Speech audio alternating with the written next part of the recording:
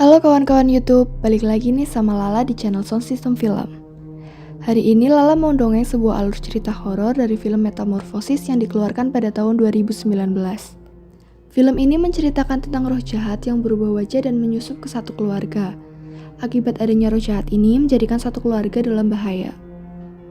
Penasaran toh? Langsung saja masuk ke reviewnya. Tapi sebelumnya silahkan klik tombol subscribe-nya terlebih dahulu ya. Kalau sudah, mohon diatur tempat duduknya dan ojo pada jotos-jotosan.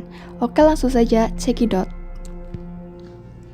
Di awal film, kita akan diperlihatkan seorang pendeta bernama Jungso yang mencoba mengeluarkan iblis dari dalam tubuh wanita. Tapi usahanya sia-sia, karena yang diusirnya bukanlah iblis biasa. Karena iblis ini dapat mengontrol penuh tubuh yang dirasukinya dan dapat melukainya. Dan pada akhirnya si iblis ini membawa wanita yang dirasukinya untuk bunuh diri. Tapi dengan sigap Jungso ini berusaha menyelamatkannya. Si iblis itu lalu berkata bahwa akan kembali dan akan mengganggu keluarga Jongsu. Kemudian si iblis ini menggigit Jongsu sehingga pegangannya terlepas dan tak lama kemudian wanita itu pun mati secara tragis. Dan film pun dimulai. Piye eji meh lanjut? Ya wis, mayu gaskeun. Di suatu pagi terlihat sebuah keluarga di sebuah perjalanan. Lala akan bahas satu persatu dulu ya, mulai dari ayah yaitu Ganggo, ibunya Myungjo, dan ketiga anaknya. Yang pertama ada Sunwo, Hyungjo, dan Wujong. Mereka ini akan melakukan pindahan rumah. Di perjalanan, Hyungjo bertanya kepada ayahnya, kenapa mereka harus pindah rumah? Padahal yang melakukan kesalahan adalah pamannya. Setelah dijelaskan, ternyata si Ganggo ini adalah kakak dari pendeta Jungso tadi. Mereka ini pindah karena rumor buruk setelah Jungso gagal menyelamatkan pasiennya beberapa tahun lalu. Singkat cerita, sampailah mereka ke rumah baru itu. Dan mereka pun mulai memindahkan semua barang-barang yang mereka bawa.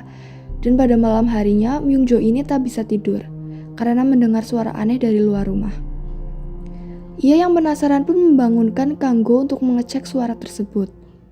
Dan setelah mereka cek, ternyata suara itu berasal dari rumah tetangganya yang terlihat sedang memotong sesuatu. Tadinya mereka berpikir lebih baik menegurnya. Tapi karena itu adalah hari pertama mereka pindah, akhirnya mengurungkan niatnya untuk menegur tetangga tersebut. Scene pun berpindah di pagi harinya. Mereka berdua terlihat seperti biasa dan seperti sudah melupakan kejadian semalam. Dan lalu, Kanggo ini bersiap untuk pergi bekerja. Setelah mengantarkan suaminya ke depan, Myungjo ini kembali ke dalam rumah. Dan betapa kagetnya dia saat mengetahui ada bangkai kucing di depan jendela dapurnya. Karena suara bising, Hyungjo pun terbangun. Dan tiba-tiba dia pun pingsan setelah melihat bangkai kucing tersebut. Karena khawatir, mereka pun membawa Hyungjo ke rumah sakit. Setelah diperiksa, ternyata Hyungjo ini hanya mengalami kelelahan dan bisa segera untuk pulang. Singkatnya, saat sudah sampai di rumah, jalan yang dilalui mereka terhalang oleh mobil tetangga. Mobil itu terparkir di depan rumah mereka. Karena merasa terganggu, Kanggo pun mendatangi rumah tetangganya. Saat masuk, ia melihat banyak sekali bangkai hewan yang tergantung di dalam rumah. Tak lama kemudian, Kanggo ini dikejutkan dengan kemunculan si pemilik rumah yang muncul dari belakangnya. Dengan terbata-bata, dia pun meminta supaya tetangganya memarkirkan mobilnya dengan benar. Tapi si tetangga seperti tak bersalah dan hanya memasang muka datar. Karena merasa ada yang aneh dengan tetangganya, dia pun langsung pergi dari rumah itu. Sama seperti malam sebelumnya, Myungjo terbangun kembali di malam hari karena suara berisik dari tetangganya. Dan ternyata, Kanggo juga belum tidur karena memikirkan hal aneh yang ia lihat di rumah tetangganya sore tadi. Dan disinilah ia memberitahu istrinya mengenai hal itu. Karena resah, keluarga Kanggo pun memanggil polisi untuk memeriksa rumah tetangganya tersebut. Dan tak lupa juga di sini ia memperlihatkan barang bukti kepada polisi berupa foto bangkai kucing. Namun setelah polisi masuk ke dalam rumah untuk melakukan penyelidikan, di sana mereka tak menemukan apa-apa. Bangkai-bangkai yang Kanggo lihat tempo hari pun hilang entah kemana. Hal itu tentu membuat Kanggo kaget. Ternyata setelah Lala telusuri, semua itu adalah ulah iblis. Dan dari sini ternyata iblis sudah mulai meneror keluarga Kanggo. Mula-mula Hyungjo menjadi orang pertama yang terkena teror. Pada malam itu, Hyungjo dikagetkan oleh ayahnya yang masuk ke dalam kamar. Tetapi di sini ayahnya terlihat seperti orang kesetanan. Hyungjo yang melihat itu hanya bisa terdiam dan menangis karena tak bisa melakukan apa-apa. Lala tak tahu apakah di sini Hyungjo bisa tidur atau tidak. Di pagi harinya, Hyungjo kemudian melihat kelakuan ibunya yang seperti orang kesetanan, sama seperti ayahnya malam tadi. Tapi bukan hanya Hyungjo yang melihat keanehan itu. Ayah dan kakaknya pun melihat hal yang sama. Bahkan di sini adiknya sampai menangis karena ketakutan. Jadi Lala jelaskan sedikit di sini. Ternyata yang membuat keanehan tersebut adalah iblis yang menjelma, bukan melainkan sosok asli dari ibu dan ayahnya. Sepulang kerja, Kanggo pun mencoba menanyakan kepada istrinya tentang kejadian tadi pagi. Tapi istrinya di situ menjawab kalau pagi itu ia pergi ke rumah temannya yang bernama si John. Kanggo pun merasa heran.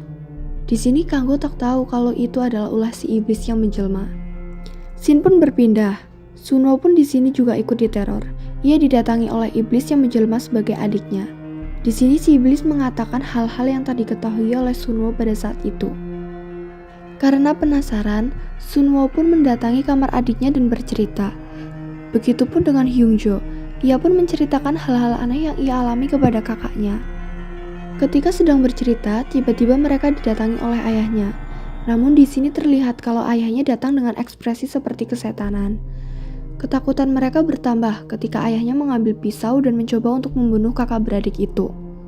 Tapi untungnya mereka masih bisa kabur. Belum selesai di situ, ketakutan mereka semakin menjadi saat mereka melihat tingkah ibunya membabi buta seperti orang kesetanan. Dan di situ ibunya mencoba untuk membunuh mereka berdua dengan sebuah palu. Bagi Sunwo dan Hyungjo, malam itu terasa sangat panjang dan menegangkan. Dari situ mereka tahu, ternyata keluarga mereka sedang diteror oleh iblis. Dan iblis itu bukanlah iblis biasa, karena dapat merasuki dan menjelma sebagai ibu dan ayahnya. Karena kejadian malam itu, Sunwo pun menelepon pamannya, yaitu si pendeta. Awalnya si pendeta menolak, tapi karena itu menyangkut keselamatan keponakannya, akhirnya ia mau membantunya. Setibanya di sana, si pendeta pun mulai mendengarkan cerita dari keluarga Kanggo. Di tengah pembicaraan, dari arah luar ada sesuatu yang menarik perhatian si pendeta. Dan benar saja, setelah ia cek, ternyata yang mengganggu saudaranya ini merupakan iblis yang pernah ia gagal hadapi dahulu. Dari sini si iblis mulai memainkan perannya. Lalu pada pagi itu si pendeta mendapat telepon dari gurunya untuk menjemputnya di bandara siang nanti. Tapi ternyata yang menelpon darinya bukanlah gurunya, melainkan si iblis. Di saat yang sama, di depan Kanggo, si iblis menjelma menjadi pendeta. Dan dia mengatakan kalau Sunwo telah dirasuki oleh iblis. Dan dia pun meminta Kanggo untuk menjaga Sunwo agar tak keluar rumah. Scene pun berpindah, di mana guru pendeta telah sampai di bandara. Di sana ia heran kenapa bisa muridnya datang ke bandara, padahal ia tak pernah menyuruhnya untuk datang. Pendeta yang panik pun segera kembali dan tak lupa ia pun meminta bantuan kepada sang guru. Scene pun berpindah kepada Hyungjo. Dia di sini sudah dijadikan sebagai target oleh si iblis. Di sini dia harus tewas secara mengenaskan, yakni terbakar hidup-hidup. Kejadian ini tidak ada yang tahu karena itu terjadi di ruangan bawah tanah. Scene kembali ke pendeta. Di tengah perjalanan ternyata ia mendapat gangguan. Mobil yang ia tumpangi mengalami kecelakaan yang cukup parah. Dan ternyata ini adalah ulah si iblis. Sementara di rumah, Kanggo teringat akan perkataan pendeta, di mana ia mengatakan kalau anaknya sudah dirasuki oleh sang iblis. Dan benar saja, saat itu Sunwo mengatakan kalau dirinya ingin pergi keluar rumah sebentar. Mendengar hal itu, Kanggo pun segera berinisiatif untuk mencegahnya sebelum Sunwo keluar. Secara tiba-tiba, Kanggo pun memukulkan kepala Sunwo ke pintu dan membuatnya tak sadarkan diri. Lalu ia pun mengikat anaknya supaya tak bisa keluar lagi. Myungjo yang melihat hal itu heran dan bertanya. Di sini Kanggo pun menjelaskan kepada Myungjo kalau anaknya sudah dirasuki iblis. Dan Kanggo mengikatnya supaya ia tak kemana-mana hingga pendeta kembali. Padahal ternyata Kanggo telah dihasut oleh si iblis yang menjelma. Setelah lama menunggu, si pendeta pun akhirnya kembali dengan keadaan penuh luka. Ternyata di sini yang datang adalah si iblis yang sedang menjelma. Kanggo pun yang melihat kedatangan pendeta segera menyuruhnya untuk mengusir iblis yang ada pada dalam anaknya. Tapi iblis yang menjelma berkata, hal itu mungkin sangat berbahaya karena resikonya adalah mungkin saja Sunwo bisa kehilangan nyawa. Karena tak punya pilihan lain, Kanggo pun tak mempermasalahkan resikonya. Karena di sini ia mengira kalau anaknya telah dikuasai iblis dan ia tak menganggap lagi kalau itu anaknya. Sungguh kejam ya. Singkatnya, iblis pun mulai menyiksa Sunwo dengan cara mencambuknya. Di sini Sunwo tak bisa melawan karena dirinya diikat. Sementara di lokasi kecelakaan, terlihat kalau pendeta masih dalam keadaan pingsan dan belum sadarkan diri. Di sisi lain, si iblis terus menyiksa Sunwo, hingga Sunwo pun tak berdaya. Ibunya yang melihat hal itu pun meminta belas kasihan supaya Sunwo dibebaskan. Saat akan melepaskan tali, Kanggo pun menghentikan istrinya dan mendorongnya hingga jatuh. Dan Kanggo pun menduga kalau istrinya juga sudah dirasuki oleh iblis. Lalu dengan barbarnya, Kanggo ini menghantamkan kepala istrinya ke dinding, sampai ia tak sadarkan diri.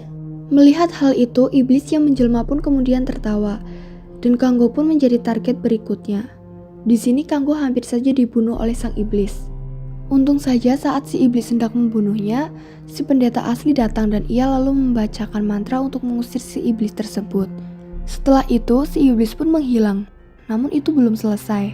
Pendeta pun mengajak Kanggo memeriksa ruangan bawah tanah. Saat sudah di sana, ia pun sangat syok karena menemukan anaknya Hyungjo telah tewas dalam keadaan terbakar. Tiba-tiba di sana si iblis menjelma sebagai Sunwo dan menyerang pendeta Jungso. Kanggo yang saat itu menemukan air suci langsung saja menyiramkannya ke tubuh sang iblis, sehingga di sini si iblis merasa kepanasan. Tapi di sini si iblis balik menyerang Kanggo, dan di sini nyawa Kanggo pun terancam.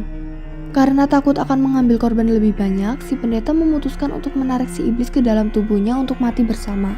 Karena itu adalah satu-satunya cara menyingkirkan iblis tersebut. Setelah pendeta berhasil menarik iblis ke dalam dirinya, dalam keadaan setengah sadar, pendeta pun meminta Kanggo untuk menusukkan salib ke dadanya, dan dengan begitu iblis pun akan lenyap.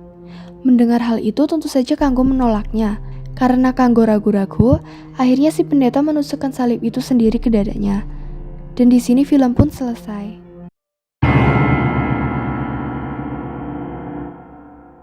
Mungkin pesan moral dari film ini adalah jangan lupa ibadah kepada Sang Pencipta. Karena terlihat di keluarga Kanggo tidak ada satupun orang yang beribadah dan menyebabkan mereka sangat mudah dihasut oleh iblis.